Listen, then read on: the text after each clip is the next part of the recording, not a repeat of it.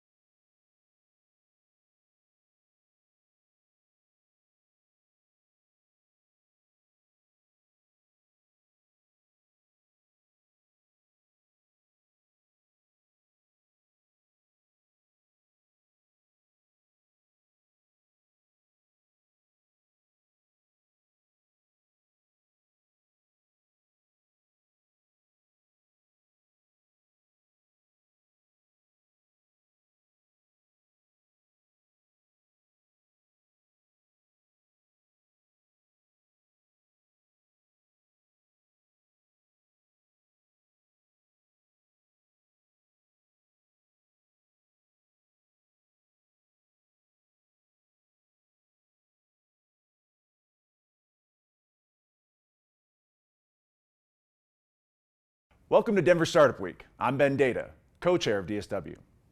This year marks the 10-year anniversary of Denver Startup Week. This community has been the catalyst for lots of change over the past decade, and this week we're coming together to celebrate the past and dream big for the future. We are able to bring Denver Startup Week to this community thanks to our 2021 sponsors. Thank you to our HQ and title sponsor, Amazon, and our title sponsors, whose leadership makes this week come to life. Capital One Cafe, Downtown Denver Partnership, Fluid Truck, Hotel Engine, and WeWork. And our track sponsors, who have made all of the great content you're hearing today possible. Founder Track, Kickstart, Growth Track, Friday Health Plans, Developer Track, Quizlet, Product Track, Palantir, Designer Track, Battery 621 in the Public Works, People Track, Exactly, and Spotlight event sponsor, Strat Labs. Our headline event sponsors are bringing the excitement this week. Thank you to B-Side Fun, Colorado Public Radio, Comcast, Coors Brewing Company, Denver Pavilions, Entrepreneurship at the University of Denver, Gusto, JP Morgan Chase, Method, Moss Adams, Pine Insurance, Promontory Mortgage Path, Red Bull Basement, Southwest, Tattered Cover, and VF Venture Foundry. Finally, thank you to our partner and member sponsors listed on the screen. Please say thank you to these companies as you enjoy our hybrid Denver Startup Week. And don't forget to use hashtag #DenStartupWeek to share your experience and moments of inspiration on social media. Have a great week. Early risers, all-nighters, slow pours, fast crams, post-nap, on the mat, in the stacks, phone down, volume up, complete silence. You ups? Coffee cups, pizza crusts, first semester, fourth quarter. Focus 100, privacy 0. Pre-test, one last check, let's go.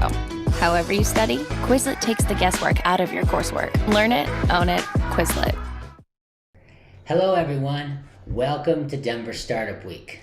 I'm Connor Swanson, the Developer Track Co-Chair along with Aaron Clark, and member of the Denver Startup Week Organizing Committee. Thank you for joining us for the 10th anniversary of Denver Startup Week. At Denver Startup Week, we strive to make all of our sessions a space where attendees can connect, learn, and grow, regardless of age, gender identity, gender expression, race, ability, or sexual orientation. A special thank you to all of our sponsors for their support in helping us to keep DSW free and accessible for all. Thank you for joining us, and have a great week.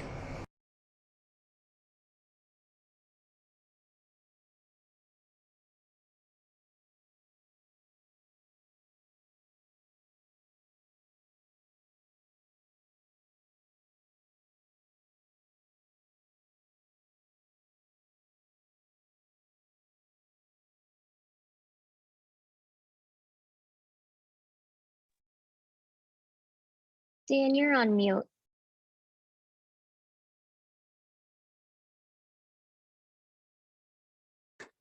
All right, awesome. Thanks. Thank you for letting me know that. That would have been pretty rough to get a couple of slides in. Thank you to all of the sponsors who helped make this possible. Thank you to the volunteers, including the volunteer who just let me know I was on mute. And thank you to all of you who are listening and watching either on Zoom or on YouTube. So I'm talking about OAuth2 in the real world. And I am thrilled to be here at Startup Week to do that. So real quick about my employer, we're a drop-in user data store and authentication authorization server. We have multiple different editions, including one that is free as in beer. That's what we call our community edition, which supports what's relevant to this talk, multiple different OAuth grants. And we've talked to, over the 5 or 7 years we've been building this piece of software, we've talked to hundreds of customers and users about OAuth. And so this talk is a distillation of what we've learned. If you have questions, please put them in the chat. I always say that I like any presentation I give to be a conversation as much or more than it is me just talking at you. So feel free to ask questions in the chat. I have the Zoom chat open. I may say, hey, I see your question, person XYZ, but I'm going to answer that in a later slide. So let's hold on that for now. I also noticed I attended a Startup Week session on Monday, and I just watched the YouTube live stream, and I noticed that people were answering questions that I could see their answers to, but I couldn't see the questions because I couldn't see the chat. And so if I get any questions, I will be kind of reading the question back so that anybody watching on the YouTube live stream gets a little bit more context. So a quick question for all of you attendees right now. What has been your favorite DSW session so far? And I'd love to know why. And I don't expect any of you to be able to type that in the chat in the next 10 seconds. So I'm going to return to that in a couple of slides. If you want to just throw that in the chat, that would be really great to hear. One other kind of piece of bookkeeping is that I'm going to be doing a giveaway. This is a 80-page ebook that this talk was based on, and this covers different OAuth grants. This covers all of the modes that I'm going to be talking about today, but it also includes code samples, and it's really kind of an accessible introduction to the way that we've seen OAuth work. So if you hang around to the end, I will pick one random member of the audience present on the second to last slide and send you a copy of this ebook. Real quick about me. Who cares? You didn't come here to learn about me. That's my Twitter handle down there. You'll see my LinkedIn and other contact info on the last slide. So if you want to learn more about me, you can check that out. Real quick about the favorite DSW session. John says the Kubernetes death spiral. by Quizlet. I did not see that one. That just the title makes me want to go check out the video, which incidentally, all these videos are being recorded. So that's just going to be a fantastic resource over the next year. I will say my favorite one that I saw was actually, I think I caught a little bit of the DAO, building a decentralized application. And I was impressed by how much he was just kind of live coding it, which live coding is always really impressive to me. And then two, kind of the whole Web3 thing feels a little bit like the Wild West, like the web was kind of in the 90s and 2000s. So I'm keeping an eye on that. I'm definitely not working that space, but that was my most interesting session so far. All right. So let's talk about what this talk is not. This talk is not going to be a discussion of the OAuth grants as defined by RFC 6749. It's not going to talk about how you get your users into your user data store. Obviously, that's an important piece of building a user system, but this is really going to focus on the authentication and authorization piece, which is really where OAuth shines. Not going to be technical details. I'm not going to walk you through any code. There's zero code in this talk, and I will not be fighting the fight about which specification is a good fit. I'm happy to answer questions about what I've seen and what FusionAuth has seen, but I'm really going to be focusing on kind of the way we've seen OAuth used in the real world, as opposed to comparing and contrasting OIDC versus OAuth. So with that said, what is this talk actually about? This talk is really going to be focusing on the 8 different ways that we've seen OAuth used in practice. And so we'll talk about what those are, how the interaction happens, what the benefits of each of these are, and then also at the end talk about, well, how would you choose between these different modes? And it's also kind of worth stating that this is all in contrast to a native login experience. And what I mean by native login experience is you have your client, which could be a web browser, it could be a mobile app, it could be something else, talking to an application, presenting basically credentials, usually username and password, but it could be other things too. And those credentials are checked against the user data store. This is how people did authentication in the 2000s. Basically, most applications have their own user data store, and you would end up with situations where you get replications of user data stores, right? So here we have application 1, 2, and 3, and they each have their own user data store. So someone could have the exact same person could log into each of these applications with a different password, create different profile information, possibly change the password in application 1, but forget to change it for application 2. And that has some real negative effects. There was a single sign-on type of solutions. SAML, I think, was codified in 2005 and started to get rolled out a little bit more. There were some other solutions that were a little more specialized before SAML, but oftentimes people would just kind of run a create table user and set up their user database. The fact is that this is not an optimal user experience, and it's also not optimal from an organizational perspective, because from a user perspective, you have all this data out there that you're not really sure where it's going. And from an organizational perspective, the same thing is true, but it's at scale, right? You don't know which users have access to which applications, except for by rolling up that data or logging into kind of each user data store to see whether the user has a valid account in that particular application's data store. OAuth, along with SAML, but I'm not going to talk too much about SAML, provides an alternative, which is all of the applications can keep all of their user profile data in one place. And this has a number of significant benefits. The primary one of which, from my point of view, is that you get one view of your user across all the different applications. but there are others as well. Now, of course, the applications still need their own data stores, because for any application other than the most trivial, you'll see you'll have data to be stored that helps deliver the features of the application. But as far as kind of user profile data, the application delegates all of the holding of that and the authentication and authorization piece to the OAuth server. So why should you consider OAuth as a solution to your authentication and authorization problems? Well, for one, it's standards-based.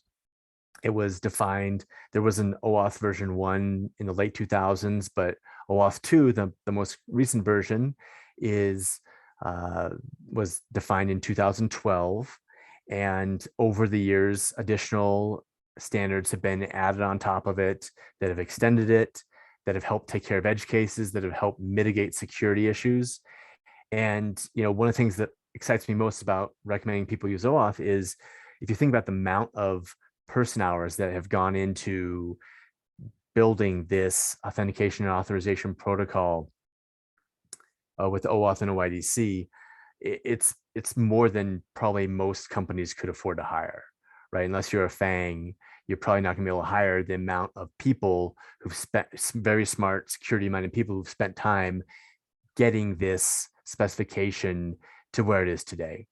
As I mentioned, there's lots of edge cases that are handled because it's the standards body, and so everyone kind of brings their unique views and their unique use cases to the standards body, and then OAuth, the IETF OAuth working group, tries to bring them all together. If you're really in this space, I may be blurring some lines between OAuth and OIDC. I'm happy to kind of tease that out with questions later if you'd like. OAuth is also interoperable, and I know I've seen people commenting negatively on online communities saying OAuth isn't really that interoperable. I've definitely done some basic interoperability, and our customers have done a lot of interoperability testing with FusionAuth and other OAuth providers. And it's true that the further you stray from the straight and narrow of the spec, especially the older spec, the less interoperable you're going to be. But I guarantee you that you're going to be more interoperable if you stick to OAuth than you would be if you were trying to basically bring two custom systems and have them interoperate together. So it's not perfect. The interoperability is not perfect because the standard is fluid enough to leave some holes, but it's definitely better than trying to get two custom systems to work together. Another reason to use OAuth is that it isolates sensitive user data. I showed you in that previous slide, you basically can keep all of your user data in the OAuth server. And this means that you can apply more stringent protections to it rather than have user data strewn between different application databases. You can also have one view of the customer.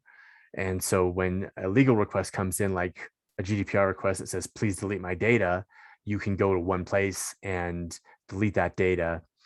And there may be other PII type information in the application databases, which you'll have to track down, but at least you can be sure that a lot of the really crucial data is deletable in one kind of fell swoop.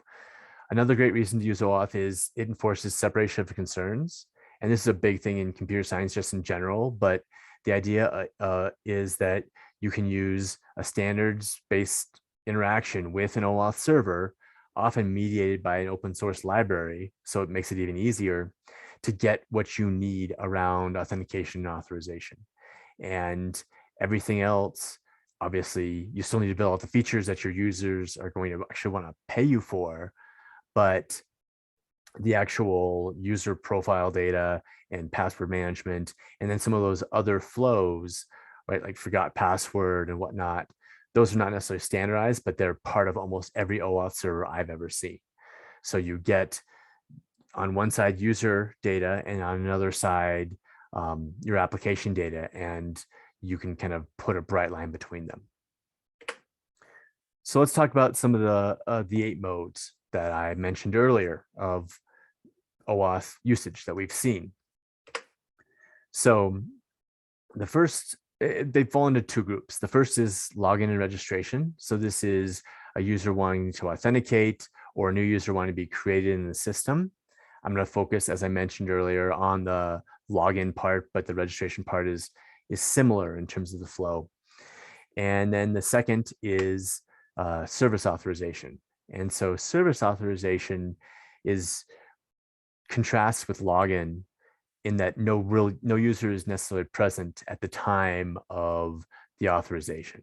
So in this case, you're either having a user authorize something before, like far before, like minutes or hours or days before the interaction that you need to have happen, or there's no user involved at all.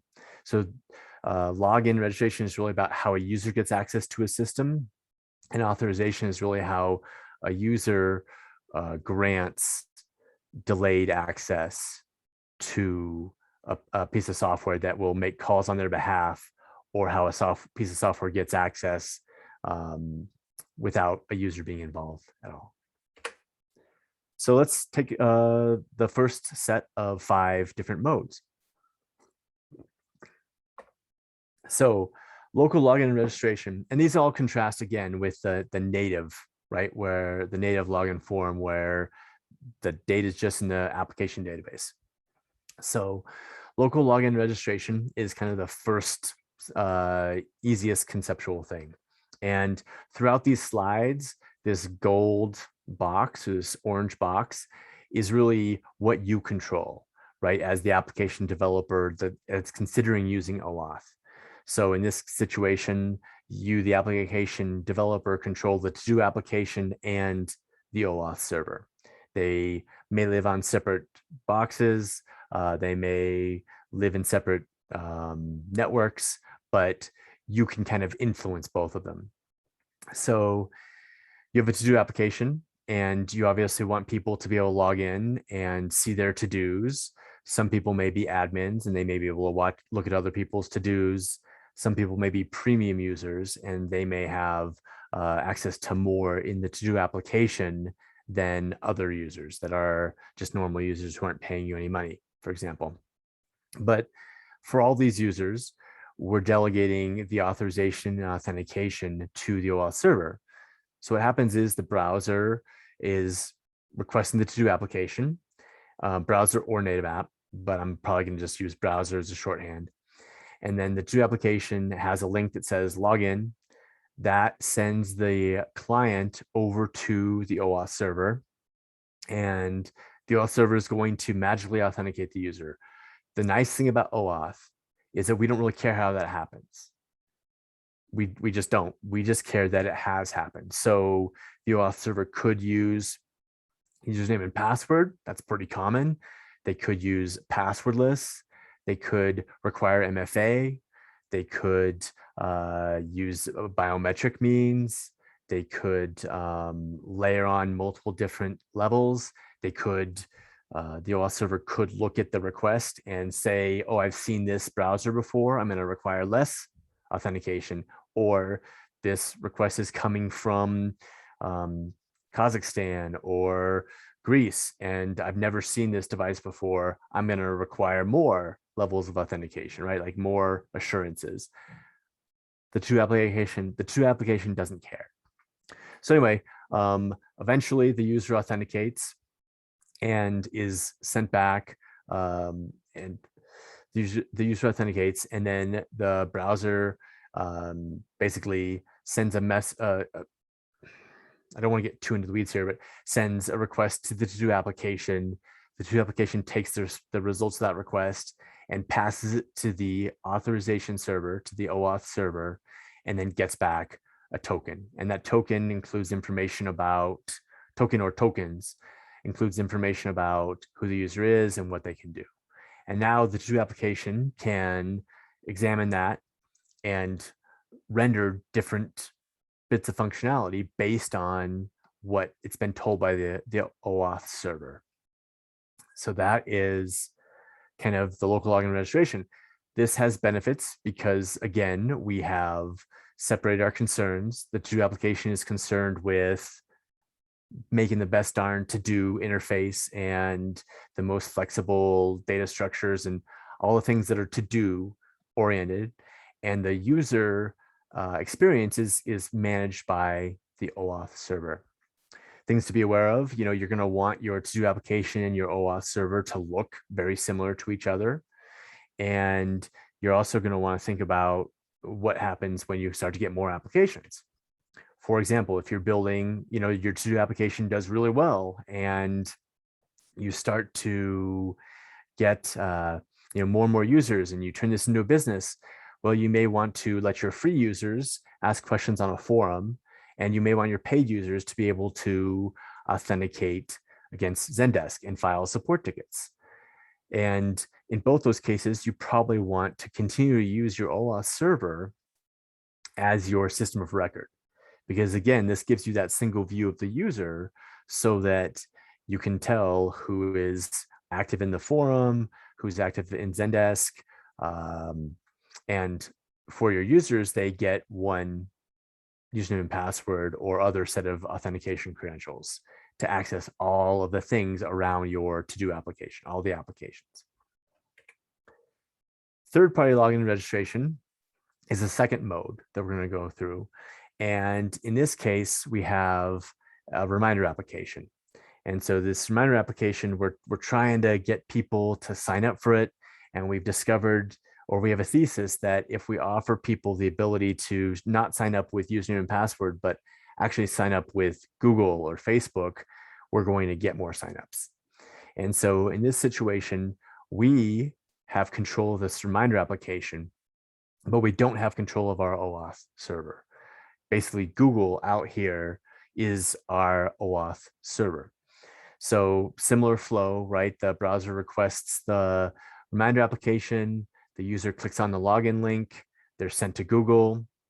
Google authenticates them, right? And if you're signing to Google, like many, many people are, you may not have to actually enter your username and password, but you will be prompted to say, to tell Google how much data do I want to give the reminder application.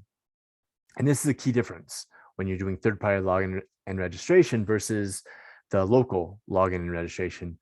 This other entity, Google, and the user collaborate to determine how much information the reminder application should get. So the reminder application can request attributes, but the user can deny them. So the user might be okay with giving the email address, giving the reminder application their email address, but not necessarily their mobile phone number, for example. So this is third-party login registration. One pattern we see a lot is that you put an OAuth server in between that you run in between the reminder application and the social login provider. And the benefits for that are a lot of OAuth servers will basically provide kind of drop in very easily configurable, easily documented or well-documented integrations with Google, Facebook, LinkedIn, etc. And then your reminder application or any other applications that you build only have to mediate with one server, one OAuth server. They don't have to talk, they don't have to integrate with Google, all those other social providers. FusionAuth does this. Auth0, this is one of the things they really did. They pushed out a lot of different integrations. I think they had 80 or 100 last I looked. So that's a pattern that I see very well. So here you're combining the local login registration with third party. So first party login and registration is the mirror image, as you'd expect, from third party login and registration. So in this scenario, you are the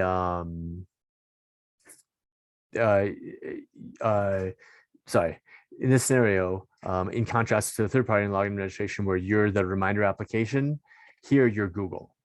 So I got a couple questions for you. I'd love to know how it feels to own the search engine market, but um, Google here is the holder of the identity. So the reminder application is this other entity that is delegating whether it's delegating it directly or through the OAuth, a local OAuth server, it's delegating the ownership of the user data to Google. So, let's take you're probably not Google here if you're attending this talk. If you are, I might have some other questions for you.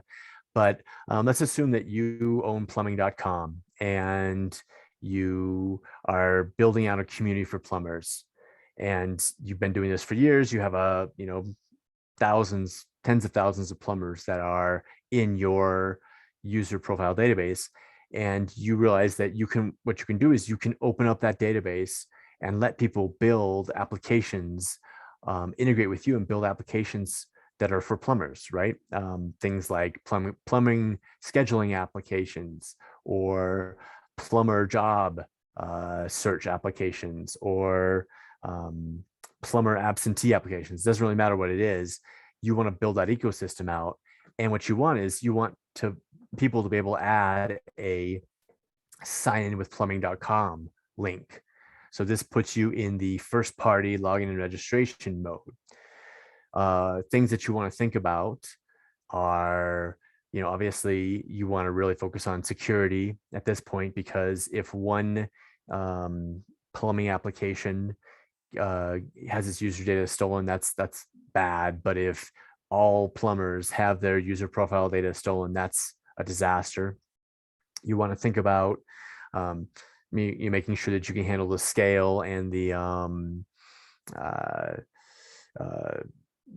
scale needed to support all of these applications, not just in terms of the raw number of requests, but the documentation around integrating with plumbing.com.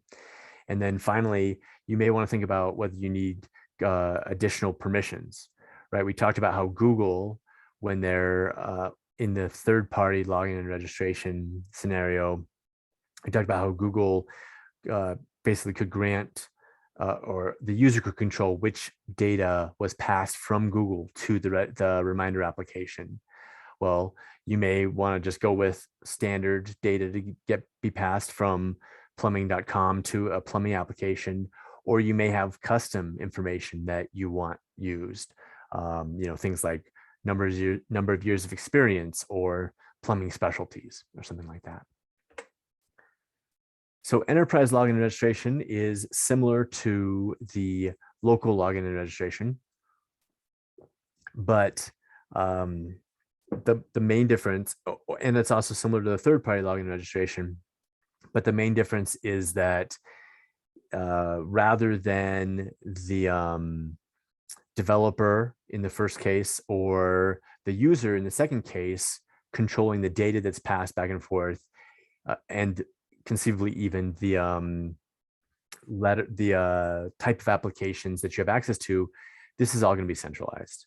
So your IT department or IT automation software is going to determine which applications you have access to, which roles you're going to be in, and which data is kind of passed from the directory of record to the various applications. One pattern we've seen a lot at FusionAuth is kind of this intermediary auth server. And so lots of times we have people who are building applications that are going to live inside enterprise data centers or private clouds. And the enterprises obviously want their users to be able to authenticate against Azure Active Directory or Okta or some other identity provider that's already established in that enterprise. The developers of, say, this absence reporting application want to code against a simple single OAuth standard and not necessarily need to know the proclivities or the idiosyncrasies of each of those third-party identity providers. So you introduce this intermediary OAuth server that is kind of embeddable with your application, and then this OAuth server is the thing that's responsible for the complexity of talking to Azure Active Directory, LDAP, Okta, or any of the other big identity providers. So device login and authorization is a little bit of a different beast. This is really a mode that you're going to use when you have an application that's running on a piece of hardware that doesn't have a great user interface. So a Roku, which is running on TV, on a television, is a great example.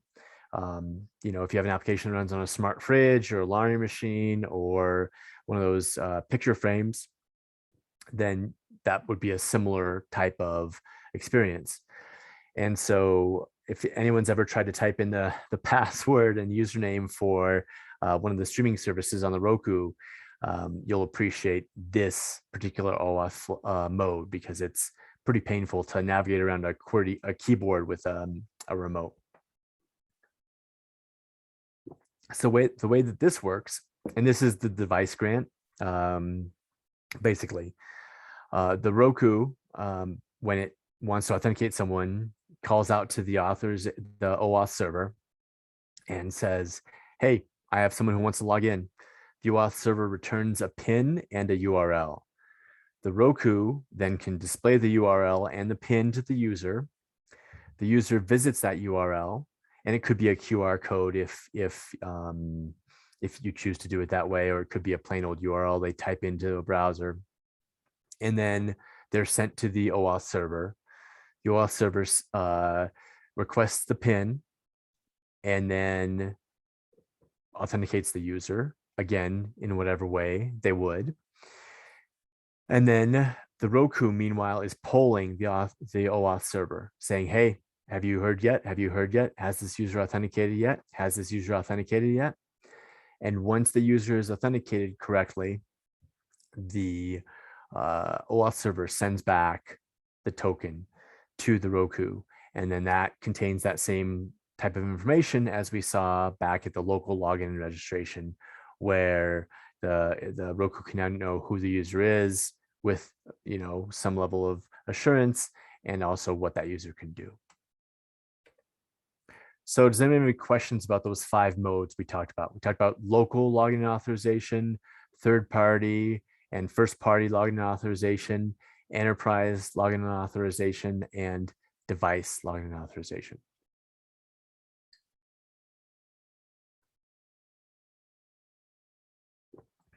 Okay, great. Well, if you have any questions, feel free to type them in the chat. All right, we're going to move on and talk about service authorization. So service authorization, as I mentioned earlier, is not about a user being involved, right? A user may be involved at the very beginning of a service authorization. We'll see that, but it's not involved. A user's not involved during the actual action. That's kind of the key difference here. So with third-party service authorization, we're back to our reminder application. And so this reminder application is a different one than the one we looked at previously. And this one is going to let you be notified of events in your Google Calendar, but it's not going to just send you an email or a push notification like Google will. It's going to either send you an SMS text message or a dancing gorilla telegram. So you start to build this application. It's your billion-dollar idea. And then you realize that you really need access to a person's Google Calendar. And so this is where you add in a button that says connect to Google. And anytime you see a connect with X, connect with Google, connect to Twitter, that is a key tell that you are in a third-party service authorization mode. So this reminder application, we add a connect with Google button. And what we're doing there is when the person clicks on it, they're sent over to Google, they authenticate, but what we request from Google is different than we would in the normal or in the third-party login and registration. What we request is a long-lived access token. And so we get that access token, we put it back in our reminder application, and we store it in the database. And then 2 weeks from now, we actually can call a Google Calendar API, present this token, and we are accessing Google's Calendar or Google's Calendar services on behalf of the user who clicked that Connect with Google button. And you can see here that we have 3 different tokens. You can have n different tokens, each for different user. And that would let us get the events for the next week. And our secret sauce is how we determine which events get just the SMS text reminder versus the dancing gorilla telegram. But I'm not going to go into that level of detail. The important thing here is that steps 4, 5, and 6, we're actually calling Google services repeatedly on behalf of the user, but the user is not involved other than for that initial authorization. First party service authorization, it'll be no surprise to you, is the inverse of that. In this case, you are Google. So you, after the user authenticates with you, they've been sent over from the reminder application, they authenticate, they grant permission, and you send back the reminder application a token that can be used to call your services later. Finally, machine to machine is the final mode. So this is a situation where you have 2 different applications that may all be in the same span of control, right? They may all be internal to your company. The reminder application is going to send emails, and in order to do so, it needs to contact the email application and basically say, hey, here's who you should send this email to, here's the body of the email, etc. Now, you could put no authentication and authorization around this, in which case the email application might be abused. You can lock it down right within your internal firewall or whatnot, but there may be other internal applications that end up sending a bunch of spam unintentionally using the email application.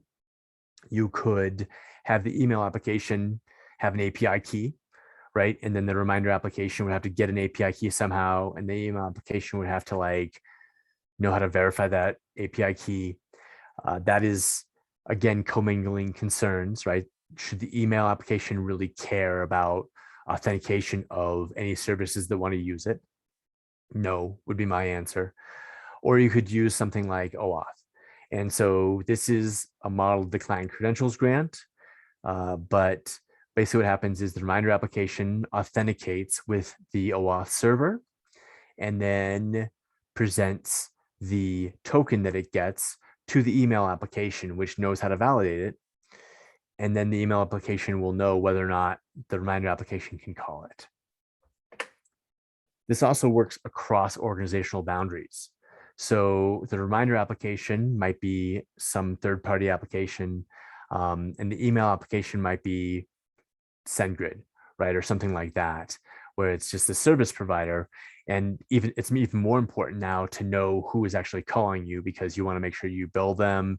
You want to make sure that they stay underneath their rate limit if they have one, and other kind of checks and balances that you probably want to have if you're exposing your email application to the outside world or your email service.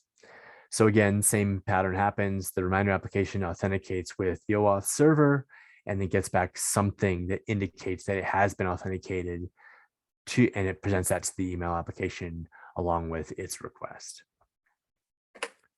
So the machine-to-machine authorization solution is really a replacement for API keys. And you may say, well, API keys work well enough. Why would I want to replace them? And the answer is, well, sure, they work, but they have some issues, right? If you use this OAuth machine-to-machine mode, you have tokens that are automatically time-bound. So if someone steals a token, they have a limited window where they can do damage and send spam. You have fine-grained control kind of built into the OAuth server. So you can say this person can send emails, or sorry, this application can send emails, can send 10,000 emails an hour, and this other application can send 10. And then the other thing is that you can again, leverage the standard. So you can basically have any applications that want to build on your service use an OAuth library. And there are OAuth libraries out there for every language that I've ever looked at. And so that will help accelerate development rather than having your own custom bespoke API key implementation. Any questions about that section? All right. Let's go ahead and move on to how to choose between these different modes. So the first question is, do you want to manage your credentials? If you do, but you just want that separation of concerns, you want to make sure that it's easy for people to, for teams to use libraries, then you want the local login and registration mode. If you want to delegate your user credentials, right, you want them out of your system. You don't want to have to worry about that PII, either for legal and financial concerns, or you also just want to let someone else own that user in hopes that will make the login process more smooth and increase conversion. Then you want to think about who your users are. And if they're consumers, then we're really in the realm of third-party and login and registration, right? That's your Google, Facebook, login with Twitter solution. If you're talking about businesses or employees of businesses, then we're really in the enterprise login and registration mode. If you're building a development platform that others will delegate to, right? If you're building out plumbing.com, then you're really in the realm of first-party login and registration. And by the way, those don't have to be Google scale, obviously. It can just be like a super tight community niche focus that you want to expose your user data to let other people, basically to help create an ecosystem applications that are integrating with your user data. If you're looking to have an application that accesses services on behalf of a user at a time frame where the user is not actually present, then you're going to want third-party service authorization. You're going to want that mode. And then if you are deploying to a device where the user interface is not great for entering authentication credentials, you're going to want the device login and registration mode. If you have no users in the mix and you're just trying to basically replace API keys with something that's a little more sophisticated, then you want the machine-to-machine mode. One thing that's worth noting is that you can combine these, right? So you may start out with a local login and registration, right? Where you've just made the call to separate out your OAuth server so that your user data can be in one place and your applications can kind of connect to OAuth leverage OAuth for authentication and authorization. And then you may decide to add a third party or a enterprise connection. And you can kind of add that onto your OAuth server. And then maybe later you're building an application that goes on a TV. And so you bring in the device login and registration, or you are realize that you need to connect to this other third-party service on behalf of a user.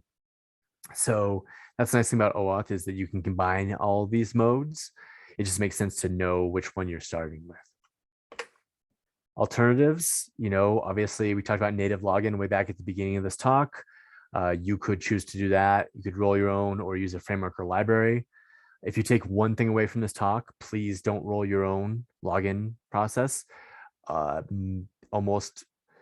of the modern web frameworks and application frameworks I've looked at have some kind of authentication and authorization framework that can help you with. So please investigate that and use those if they're available. SAML is another option, and that tends to be more enterprisey. And then API keys, which we touched on earlier, are often used for machine-to-machine communication. All right, it's time for the giveaway. So let me go ahead and look at the list of participants. All right, I'm gonna pull up a random number generator.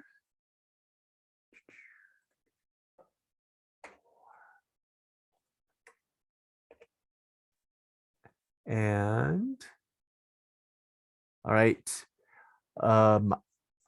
Age Renee, are you interested in getting this book? You do have to give me your email address if you're interested. Great. Okay, cool. Well, then I will, my email address is on the next slide, and you just need to send me an email and say, hey, Dan, I want that modern guide to OAuth. Please send it to me. All right. Thank you. I am happy to take any questions, but I'm also happy to talk about Fusion Auth or plumbing or anything else. You can send me an email, and if you want to chat, you can learn more about Fusion Auth at fusionauth.io. There's my Twitter handle. There's my LinkedIn profile. And thank you again to the DSW sponsors, the volunteers who really helped make this event happen. And then finally, thank you to all of the audience who stuck around and listened to my talk. So thank you very much.